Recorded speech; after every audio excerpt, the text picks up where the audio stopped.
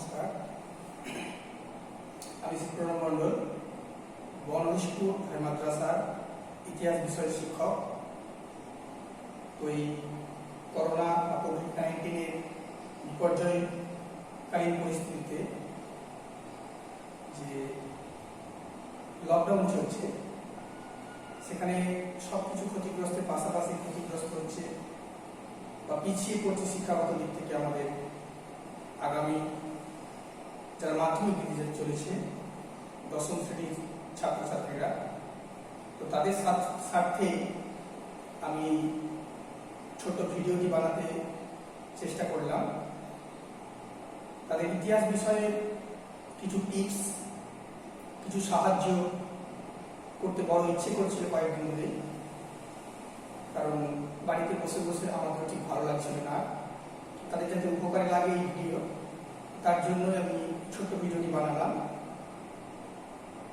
দশম শ্রেণীর ইতিহাস বিষয়ে যে চতুর্থ অধ্যায় সংঘবদ্ধতার গড়ার কথা, এই অধ্যায়টার উপর একটি ছোট্ট এই ভিডিও তোমরা শুনতে থাকো মাধ্যমিকের বন্ধুরা। আশা করি তোমাদের উপকারে লাগবে, আর যদি উপকারে লাগতে পারি তাহলে নিজেকে ধন্য মনে করবো। শুনতে থাকো। এই চতুর্থ অধ্যায় যেখানে রয়েছে সংঘবদ্ধতার গড়ার কথা, প্রথমেই আমরা জানব সংঘবদ্ধতা। ভারতবর্ষের মানুষ দীর্ঘদিন যাবৎ, মানে সেই পলাশীর যুদ্ধের পর থেকে মহাবিদ্রোহের সময় পর্যন্ত যদি ধরি, মানে প্রায় 100 বছর বিভিন্নভাবে ব্রিটিশ সরকারের কাছে নিগৃহীত হয়েছে, অত্যাচারিত হয়েছে, শোষিত হয়েছে, লাঞ্ছিত, বঞ্চিত হয়েছে। এই প্রথম ভারতবর্ষের মানুষ ব্রিটিশ অপশাসনের বিরুদ্ধে নিজেদেরকে সংঘবদ্ধ করতে শুরু করলো, একত্রিত করতে শুরু করলো প্রতিবাদ জানানোর স্বার্থে। সেই জন্যই অধ্যায়ের নামই দেওয়া হলো সংঘবদ্ধতার গড়ার কথা, মানে প্রাথমিক একটা। তখনও পর্যন্ত কোনো জাতীয় আন্দোলন গড়ে ওঠেনি, ছোট ছোট বিদ্রোহ হচ্ছিল মাত্র। এই বিদ্রোহগুলিকে একত্রিত করে একটা বৃহৎ আকারের বিদ্রোহ ভারতবর্ষের মানুষের মধ্যে স্বতঃস্ফূর্ত জাগরণ ভাবে গড়ে উঠল, যার নাম ছিল কিন্তু 1857 খ্রিস্টাব্দের মহাবিদ্রোহ।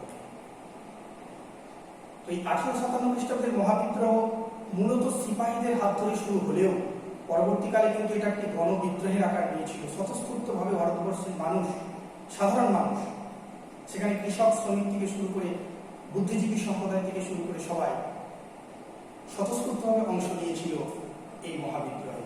সেই জন্য সিপাহী বিদ্রোহ নিছক সিপাহী বিদ্রোহে পরিণত ছিল না, কোন দাঁড়িয়ে ছিল না, এটা মহাবিদ্রোহের আকার লাভ করেছিল।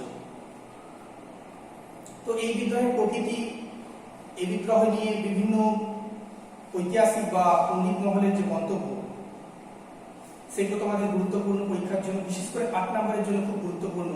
মহাবিদ্রোহে বা 1857 খ্রিস্টাব্দের বিদ্রোহের প্রকৃতি আলোচনা করো। পরে আসছি প্রশ্নের আরো বিস্তারিত নিয়ে।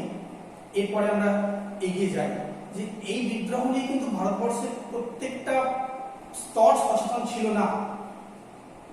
বিশেষ করে পাশ্চাত্য শিক্ষায় শিক্ষিত বাঙালি মধ্যবিত্ত সম্প্রদায়, তারা মহাবিদ্রোহকে সমর্থন করেনি, সিপাহীদেরকে সমর্থন করেনি। এটা একটা 4 নম্বরের জন্য গুরুত্বপূর্ণ প্রশ্ন তোমাদের হতে পারে। যদি বলা হয় কেন সমর্থন করেন, এখানে লুকিয়ে ছিল বেশ কিছু স্বার্থ। কারণ পাশ্চাত্য শিক্ষায় শিক্ষিত যুবক, তাদের চাকরির জন্য অপেক্ষা করতে হতো ওই ব্রিটিশ সরকারের ইংরেজি শিক্ষার বা ইংরেজি মাধ্যমের দপ্তরগুলিতে। যদি মহাবিদ্রোহের পর বা সিপাহী বিদ্রোহের পর ব্রিটিশ সরকার ভারত থেকে চলে যেত, তাহলে কিন্তু তারা চাকরি হারাতো কিংবা তাদের কর্মক্ষেত্র হারাতো। তাই তারা সমর্থন করে। 1 নম্বর। 2 নম্বর পয়েন্ট,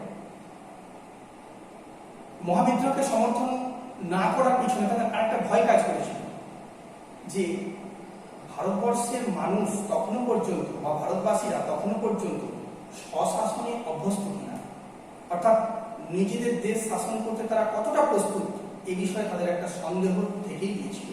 সেই জন্য তারা ভারতীয়দের এই দুর্বল শাসন ব্যবস্থার তুলনায় ব্রিটিশদের এই শাসন ব্যবস্থাটাকে শ্রেয়স্কর বলে মনে করেছিল। তাই পাশ্চাত্য শিক্ষায় শিক্ষিত যুবকরা মহাবিদ্রোহকে সমর্থন করেন। এটা গেল একটা পার্ট, বিদ্রোহের মধ্য দিয়ে ভারতবর্ষের মানুষের সংঘবদ্ধতা, স্বতঃস্ফূর্তভাবে ঐক্যবদ্ধতা। এবার আসি অন্য পাঠ, সংঘবদ্ধতার আরেকটা দিক, বিভিন্ন সভা সমিতি গড়ে তোলা। 19 শতক, মহাবিদ্রোহের অনেকটা আগে, মানে 1830-এর দশক থেকে শুরু করে একদম জাতীয় কংগ্রেস প্রতিষ্ঠার পর্যন্ত ভারতবর্ষের এই যে সময়কালটা, মানে 19 শতক, এটাকে ডক্টর অনিল সিং বলছেন সভা সমিতির যুগ। কেন সভা সমিতির যুগ বলা হচ্ছে? এই কারণে না, এই দীর্ঘ সময়কাল ধরে ভারতবর্ষে ব্রিটিশ শাসনের, শোষণের, অত্যাচারের বিরুদ্ধে প্রতিবাদ জানানোর একটা পন্থা হিসাবে বেশ কিছু রাজনৈতিক নেতৃত্ব এগিয়ে এলেন নিজেদেরকে ঐক্যবদ্ধ করে সংগঠিত করার জন্য। আর সেখান থেকে আত্মপ্রকাশ করলো ভারতবর্ষের একের পর এক বিভিন্ন প্রান্তে ছোট বড় সভা সমিতি। সেই জন্য ডক্টর অনিল সিং 19 শতকে বলছেন সভা সমিতির যুগ। এই সময় আমরা বিভিন্ন রকমের সভা সমিতিকে আত্মপ্রকাশ করতে দেখব। হিন্দু মেলা, বঙ্গভাষা প্রকাশিকা সভা, জমিদার সভা, এগুলো হচ্ছে বাংলা। এছাড়াও রয়েছে ভারত সভা, ইন্ডিয়া লীগ, এরকম বিভিন্ন রকমের সভা সমিতি। তাছাড়াও বিভিন্ন জায়গাতে, মানে ভারতবর্ষে বাংলা ছাড়া অন্যান্য রাজ্যগুলিতে পুনাজা, সার্বজনীন সভা, এরকম বিভিন্ন জায়গাতে মাদ্রাজ অ্যাসোসিয়েশন গড়ে উঠছে। তো সেই জন্যই 19 শতককে সভা সমিতির যুগ বলা হচ্ছে। এখানে তোমরা কয়েকটা গুরুত্বপূর্ণ প্রশ্ন পেয়ে যাবে, সেটা হচ্ছে সভা সমিতির যুগের বৈশিষ্ট্য। এই যে যুগটা, এই যে সময়কালটা, এর কয়েকটা বৈশিষ্ট্য আমরা নিজেদের মতো করে আলাদা করে নিতে পারি। সেই বৈশিষ্ট্যের মধ্যে মূলত এটা একটা দুর্বলতা বা ত্রুটি বলা যেতে পারে। সেই দুর্বলতা জায়গাগুলো বা প্রকৃতির জায়গাগুলো বা বৈশিষ্ট্যের জায়গাগুলো, তার প্রধানতা ছিল কিন্তু শহর কেন্দ্রিকতা। সভা সমিতি যতগুলো গড়ে উঠেছিল, একটাও কিন্তু গ্রাম বাংলার জন্য নয়, সবটাই ছিল শহর কেন্দ্রিক, প্রথম বৈশিষ্ট্য। দ্বিতীয় বৈশিষ্ট্য যদি যায়, এই সভা সমিতির সদস্যরাও ছিল কিন্তু গ্রামের কৃষক শ্রমিকরা নয়, সাধারণ মানুষরা নয়। এই সভা সমিতির বেশিরভাগ সদস্যই ছিল শহরের পাশ্চাত্য শিক্ষায় শিক্ষিত যুব সম্প্রদায়। আরো একটা বৈশিষ্ট্য ছিল, এই সকল সভা সমিতিতে মানে একটা দুর্বলতা, এই সকল সভা সমিতিতে সদস্যের অপ্রতুলতা বা সদস্যের ঘাটতি একটা বৈশিষ্ট্যের মধ্যে পড়ে। যেহেতু গ্রাম বাংলার মানুষকে সংযুক্ত করতে পারে, গ্রাম বাংলার কৃষক সম্প্রদায় এতে যোগদান করেন, সাধারণ মানুষ এতে যোগদান করেন, তার জন্য কিন্তু সদস্য সংখ্যার ঘাটতি লক্ষ্য করা যায়। এই সকল বৈশিষ্ট্যগুলোর পাশাপাশি এর সঙ্গে যুক্ত করলে আরেকটা প্রশ্ন, সেটা হচ্ছে ভারত সভার বিভিন্ন রাজনৈতিক কার্যকলাপ।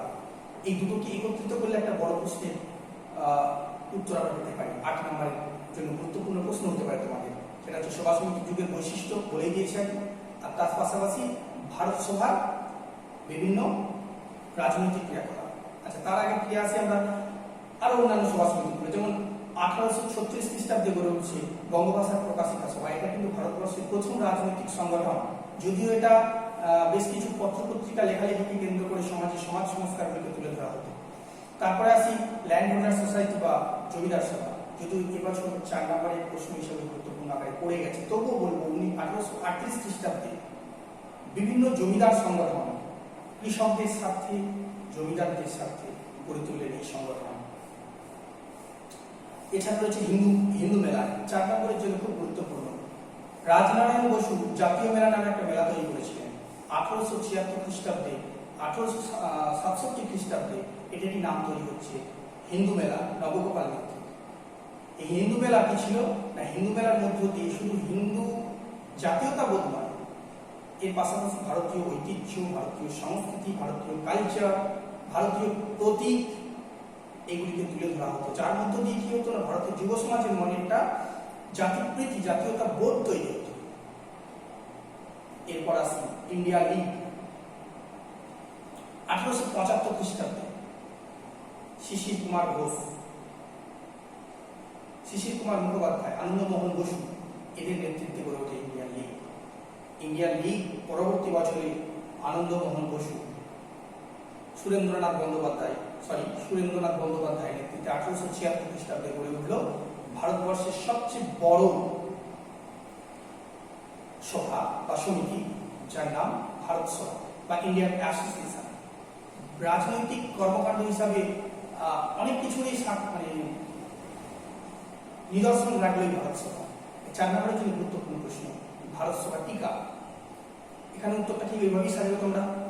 কবে, কার নেতৃত্বে গড়ে উঠছে, এর উদ্দেশ্য বলতে প্রথমেই বলবো জনমত গঠন করা, অর্থাৎ ব্রিটিশদের বিরুদ্ধে ভারতবাসীকে ঐক্যবদ্ধ করার জন্য জনমত মানে একমত, ব্রিটিশদের কোনো কার্যকলাপকে খারাপ মনে করে তার বিরুদ্ধে জনমত গঠন করা, জমিদারদের কোনো বিষয়কে কেন্দ্র করে, মহাজনদের কোনো শোষণকে কেন্দ্র করে জনমত গঠন করা, এটা ছিল একটা উদ্দেশ্য। ভারতবাসীকে ঐক্যবদ্ধ করা, অর্থাৎ হিন্দু মুসলিম যে পৃথক ভাব সেটাকে একত্রিত করে তাদেরকে ঐক্যবদ্ধ করা, বৃহত্তর রাজনৈতিক আন্দোলনের জন্য ভারতবাসীর মানসিকভাবে ভারতবাসীকে প্রস্তুত করা, ভারতবাসীকে এক ছত্র ছায়ায় নিয়ে এসে তাদেরকে বৃহৎ একটা গণ আন্দোলনের জন্য তৈরি করা, এগুলো ছিল মূলত ভারত। এছাড়া ভারতবাসীর সার্বিক মঙ্গল সাধন করা বিভিন্ন সামাজিক কার্যকলাপের মধ্যে দিয়ে, এগুলো ছিল ভারত সভার উদ্দেশ্য। এর পাশাপাশি আসি, আগে যে বড় প্রশ্ন আমরা বলেছিলাম যে ভারত সভার বিভিন্ন রাজনৈতিক ক্রিয়াকলাপ, এখান থেকে অনেকগুলো 2 নম্বরের প্রশ্ন, 1 নম্বরের প্রশ্ন তোমরা পেতে পারো। সেটা হচ্ছে বিভিন্ন রাজনৈতিক আন্দোলন, তার মানে ব্রিটিশ সরকার বিভিন্ন সময় বিভিন্ন রকম আইন পাস করেছিল। তার মধ্যে লর্ড নর্থ গ্রুপ 1876 খ্রিস্টাব্দে গড়ে তুলেছিল নাট্যাভিনয় নিয়ন্ত্রণ আইন, অর্থাৎ জাতীয়তা বোধমূলক প্রচার কার্যে বা ব্রিটিশ বিরোধী প্রচার কার্যে যুক্ত যে সকল নাটকগুলি প্রকাশিত হচ্ছিল সেই সকল নাটকগুলিকে প্রকাশনা বন্ধ করার স্বার্থে 1876 খ্রিস্টাব্দে লর্ড নর্থ গ্রুপ গড়ে তুললেন নাট্যাভিনয় নিয়ন্ত্রণ আইন। এই নাট্যাভিনয় নিয়ন্ত্রণ আইন তুলে নেওয়ার জন্য ভারত সভা সুরেন্দ্রনাথ বন্দ্যোপাধ্যায়ের নেতৃত্বে আন্দোলন গড়ে তুলল। 1878 খ্রিস্টাব্দে লর্ড লিটন তৈরি করলেন অস্ত্র আইন, এছাড়াও তৈরি করলেন ভার্নাকুলার প্রেস অ্যাক্ট, বঙ্গভাষা দেশীয় ভাষায় সংবাদপত্র নিয়ন্ত্রণ আইন। এর দ্বারা কি হলো না, ভারতীয় কোনো ব্যক্তি বিনা লাইসেন্সে কোনো অস্ত্র নিজের গৃহে রাখতে পারবে না।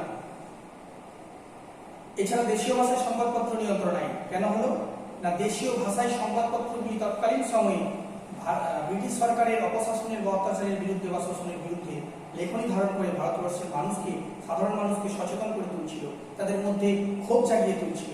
তাই সেই সকল সংবাদপত্রগুলি প্রকাশনা বন্ধ করে দেওয়ার জন্যই তৈরি হয়েছিল ভার্নাকুলার প্রেস অ্যাক্ট। এছাড়া 1883 খ্রিস্টাব্দে লর্ড রিপন, লিটনের পরে লর্ড রিপন, তিনি ইলবার্ট বিল প্রকাশ করলেন। তার আইন সচিবকে দিয়ে, সিপি ইলবার্টকে দিয়ে ইলবার্ট বিল। সেই ইলবার্ট বিলে বলা হলো এতদিন পর্যন্ত ভারতীয় কোন বিচারকরা ব্রিটিশদের, বিশেষ করে ব্রিটিশদের বিচার করতে পারত না বা বিচারের অধিকার ছিল না। এই ইলবার্ট বিলের মাধ্যমে প্রথম লর্ড রিপন তিনি উদারনৈতিক কর্মসূচির প্রকাশ ঘটিয়ে বা উদারনৈতিক সংস্কারের মনোভাবের পরিচয় দিয়ে তিনি করলেন কি, ইলবার্ট বিল পাস করলেন, যার মাধ্যমে ভারতবর্ষের বিচারকরাই প্রথম তাদের আদালতে ব্রিটিশদের বিচারের অধিকার পেয়েছিল। এটাই ছিল ইলবার্ট বিল। খুব গুরুত্বপূর্ণ 2 নম্বরের প্রশ্ন। এইভাবে বিভিন্ন আইনের বিরুদ্ধে, ব্রিটিশদের তৈরি করা বিভিন্ন আইনের বিরুদ্ধে ভারত সভার যে প্রতিরোধমূলক, প্রতিবাদমূলক কর্মকাণ্ড, সেটাই ছিল কিন্তু ভারত সভার রাজনৈতিক ক্রিয়াকলাপ। এটা খুব গুরুত্বপূর্ণ প্রশ্ন তোমাদের জন্য। শুধু বড় প্রশ্ন আকারে নয়, 2 নম্বরের প্রত্যেকটা আইনের মধ্য দিয়ে 1 নম্বর 2 নম্বরের শর্ট কোশ্চেন করে। এবার আসি বিভিন্ন লেখনীর মধ্য দিয়ে। বিভিন্ন লেখনী সংঘবদ্ধতার 2টো দিক গেল, একটা বিদ্রোহের মধ্য দিয়ে, একটা সভা সমিতি গড়ে তোলার মধ্য দিয়ে। এবার আসি আর একটা গুরুত্বপূর্ণ জায়গায়, লেখনীর মধ্য দিয়ে। ভারতবর্ষের মানুষ, এখানে বহু বাঙালি, বহু ভারতীয় যারা প্রবন্ধ, সাহিত্য, উপন্যাস, এমনকি চিত্রশিল্পের মধ্য দিয়েও ভারতের জাতীয়তাবোধকে ফুটিয়ে তুলতে সচেষ্ট হয়েছে, মানে ভারতবর্ষের মানুষকে ঐক্যবদ্ধ করতে সচেষ্ট হয়েছে। তার মধ্যে তোমাদের সিলেবাসে রয়েছে রবীন্দ্রনাথ ঠাকুরের গোড়া উপন্যাস, বঙ্কিমচন্দ্র চট্টোপাধ্যায়ের আনন্দমঠ, এছাড়া স্বামী বিবেকানন্দের বর্তমান ভারত, এছাড়াও রয়েছে এখানে দুটো গুরুত্বপূর্ণ চিত্র, অবনীন্দ্রনাথ ঠাকুরের ভারত মাতা এবং গগনেন্দ্রনাথ ঠাকুরের ব্যঙ্গচিত্র। এই সকল বিষয়ের মধ্যে দিয়ে ভারতবর্ষের মানুষকে সংঘবদ্ধ করা এবং তাদের মধ্যে জাতীয়তা বোধ করে তোলা। এখান থেকে একটা বড় প্রশ্ন গুরুত্বপূর্ণ হয়ে দাঁড়ায়, সেটা হচ্ছে পুরোটাকে যদি একত্রিত করে অর্থাৎ লেখায় ও রেখায় জাতীয়তা বোধের বিকাশ আলোচনা করে। লেখায় বলতে তিনটে যে প্রবন্ধের নাম বললাম, ওই উপন্যাসের নাম বললাম, ওই উপন্যাসের মধ্য দিয়ে ভারতবর্ষের মানুষের মধ্যে কিভাবে জাতীয়তা বোধ জাগিয়ে তোলা হয়েছিল সেটাকে আলোচনা করতে হবে। আর রেখায় মানে রং তুলির মধ্য দিয়ে অর্থাৎ চিত্রের মধ্য দিয়ে, তার মানে অবনীন্দ্রনাথ ঠাকুরের ভারত মাতা চিত্রটা এখানে আলোচনার দাবিদার। এছাড়া গগনেন্দ্রনাথ ঠাকুরের যে ব্যঙ্গচিত্রের কথা বললাম সেগুলো আলোচনার দাবিদার।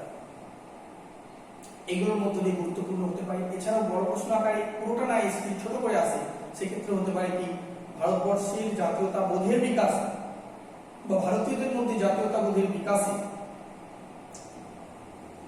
আনন্দ মঠ ও গোড়া উপন্যাসের ভূমিকা আলোচনা করা।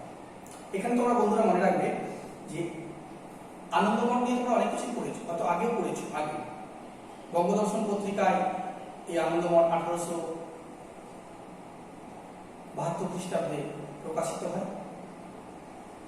এই আনন্দমঠ উপন্যাসে বন্দে মাতরম গানটি, যেটা ভারতবর্ষের জাতীয়তাবোধের বা বিপ্লবীদের কাছে ছিল মূল মন্ত্র, এই বইটি ছিল বিকাশ হল।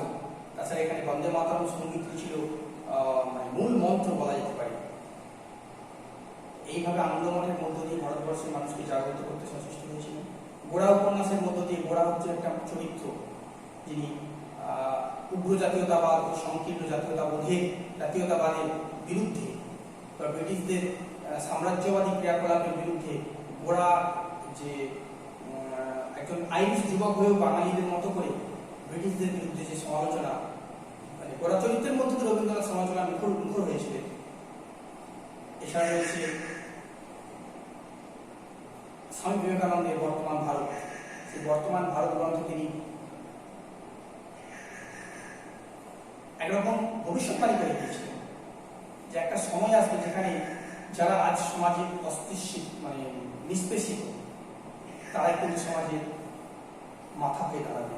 বৈদিক যুগ থেকে যারা সমাজে অস্পৃশ্য হিসাবে শূদ্ররা এগিয়ে আসছে, যখন ব্রিটিশ যুগ শেষ হয়ে যাবে তখন শূদ্ররাই সমাজের হাল ধরবে। এইভাবে বর্তমান ভারত গ্রন্থে তিনি ভারতের জাতীয়তাবোধকে ফুটিয়ে তুলে গেছেন। অবনীন্দ্রনাথ ঠাকুর তার ভারত মাতা চিত্রটি এঁকেছিলেন 1905 বঙ্গভঙ্গের প্রেক্ষাপটে। এই ভারত মাতা চিত্রের একটা বিশেষত্ব ছিল 4টি হাত যুক্ত। 4টি হাতে রয়েছে, একটা হাতে বেল অর্থাৎ ভারতীয় ধর্মের বা ঐতিহ্যের প্রতি, একটা সুতি বস্ত্র অর্থাৎ ভারতীয়দের মোটা কাপড় বস্ত্র শিল্পের প্রতি, ধানের শীষ কৃষি ভারতবর্ষের একটা নিদর্শন ঐতিহ্য। এছাড়া ছিল জপের মালা, যেটা ভারতের সনাতন ধর্ম হিন্দু ধর্মকে তুলে ধরা হয়। এইভাবে ভারতের সংস্কৃতি, ঐতিহ্য এবং কালচার, অর্থনীতি সবটাকে তুলে ধরা হয়েছে ভারত মাতা চিত্রের মধ্য দিয়ে। এই অভিনব চিত্রটা যেন মনে হচ্ছে একটা ভারতবর্ষকে মায়ের মতো করে তুলনা করে ভারতবর্ষ যারা জাতীয়তাবোধ, ভারতবর্ষের যারা সন্তান সেই সন্তানদের মধ্যে জাতীয়তাবোধ জাগিয়ে তুলতে একটা বিশেষ ভূমিকা নিয়েছিল। আর লাস্ট গগনেন্দ্রনাথ ঠাকুর ব্যঙ্গচিত্রের মধ্য দিয়েও যে সুন্দরভাবে ব্রিটিশদের সঙ্গে তাল মিলিয়ে চলা ভারতীয় যে বাবু সমাজ, তাদেরকে যে সমালোচনা করা যায় তার অপূর্ব নিদর্শন দেখিয়ে গেছেন গগনেন্দ্রনাথ ঠাকুর। তার বিভিন্ন চিত্র যেমন অদ্ভুত, নয়াবল্ল, ফল ব্রাহ্মণ, যাতাশৈবত ইত্যাদি বিভিন্ন রকমের ছবি বা চিত্রের মধ্য দিয়ে তিনি ভারতবর্ষের তৎকালীন সমাজের যে অনাচার, দুর্নীতি সেগুলোকে সমালোচনা করে গেছেন। এটাও একটা গুরুত্বপূর্ণ 4 নম্বরের প্রশ্ন হতে পারে। সেটা হচ্ছে উপনিবেশিক সরকারের সমালোচনায় বা জাতীয়তাবোধের বিকাশে গগনেন্দ্রনাথ ঠাকুরের ব্যঙ্গচিত্রের অবদান কতখানি 4 নম্বরের প্রশ্ন হতে পারে। তোমরা এই সকল প্রশ্নগুলো 1 নম্বরে তো অনেক রকমের প্রশ্ন আছে, প্রত্যেকটা সাল তারিখগুলো গুরুত্বপূর্ণ, সাল বিশেষ করে সালগুলো গুরুত্বপূর্ণ, কি কোন প্রতিষ্ঠান তৈরি করছে এটা গুরুত্বপূর্ণ। আচ্ছা, তাছাড়া মহাবিদ্রোহে বিভিন্ন প্রকৃতি, কে কোন বিদ্রোহ বলছে, কেউ বলছে জাতীয় বিদ্রোহ, কেউ বলছে গণবিদ্রোহ, কেউ বলছে ভারতের প্রথম স্বাধীনতা যুদ্ধ, এগুলো খুব গুরুত্বপূর্ণ। মহাবিদ্রোহ প্রথম কোথায় শুরু হচ্ছে, কোথায় প্রকৃত সূচনা হচ্ছে, 10ই মে মিরাটের প্রকৃত সূচনা, কিন্তু প্রথম সূচনা হচ্ছে 29শে মার্চ মিরাট।